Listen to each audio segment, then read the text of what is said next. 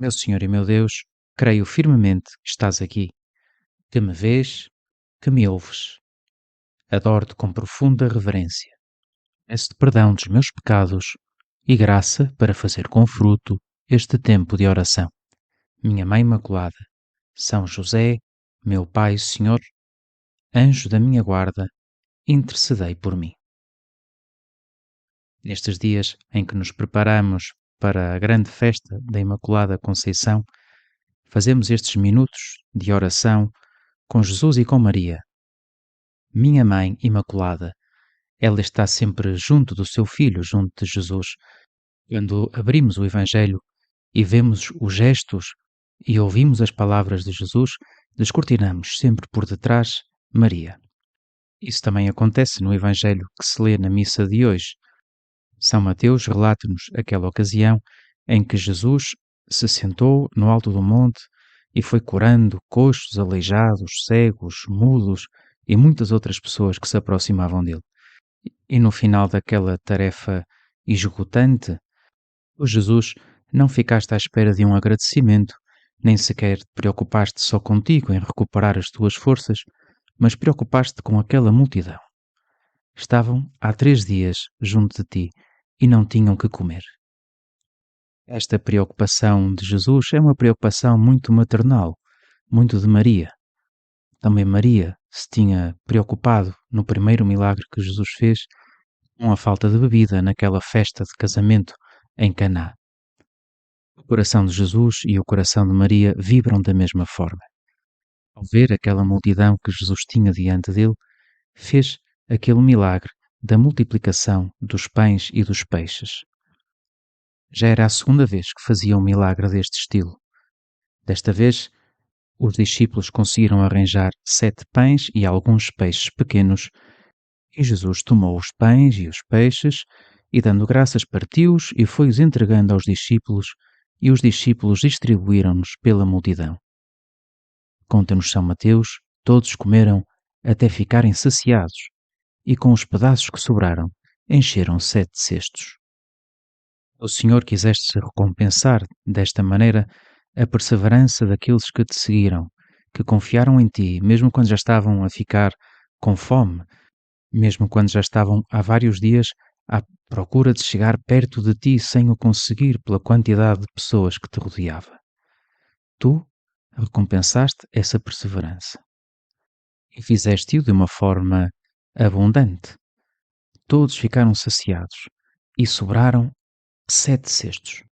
Faz-nos lembrar esta descrição aquilo que lemos na primeira leitura da missa de hoje, quando o profeta Isaías diz que sobre este monte o Senhor do Universo há de preparar para todos os povos um banquete de manjares suculentos, um banquete de vinhos deliciosos, comida de boa gordura, vinhos puríssimos. Assim é Deus, que não se fica por meias medidas e dá com abundância. Tu e eu não presenciamos diretamente este milagre da multiplicação dos pães e dos peixes, mas também a nós, o Senhor nos alimenta com generosidade e de uma forma muito superior àquela que fez com estes homens e mulheres que estavam diante dele. Também a nós, tu, Senhor, te dás plenamente na Eucaristia.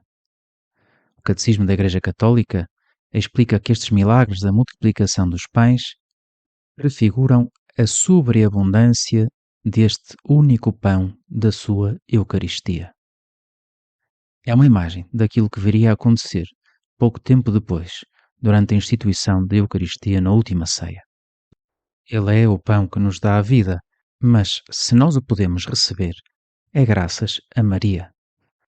Há uma invocação da ladainha a Nossa Senhora que se pode rezar, por exemplo, no final do terço, que chama a Maria Arca da Aliança.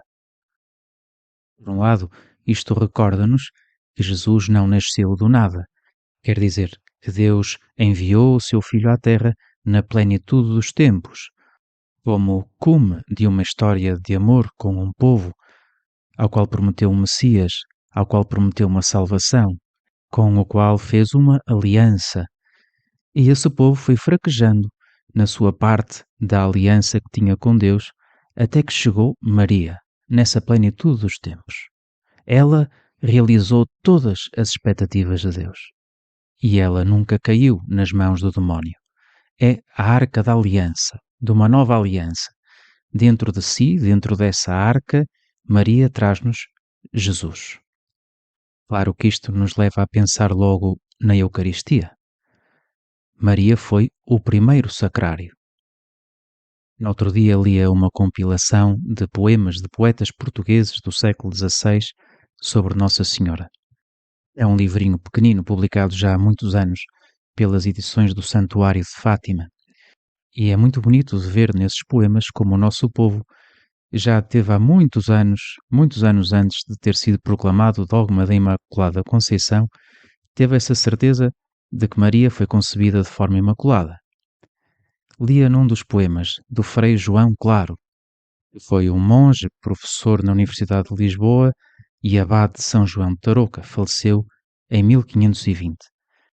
Pois no ano 1500 publicou uns poemas dedicados a Nossa Senhora. Vou ler aqui apenas 2 estrofes.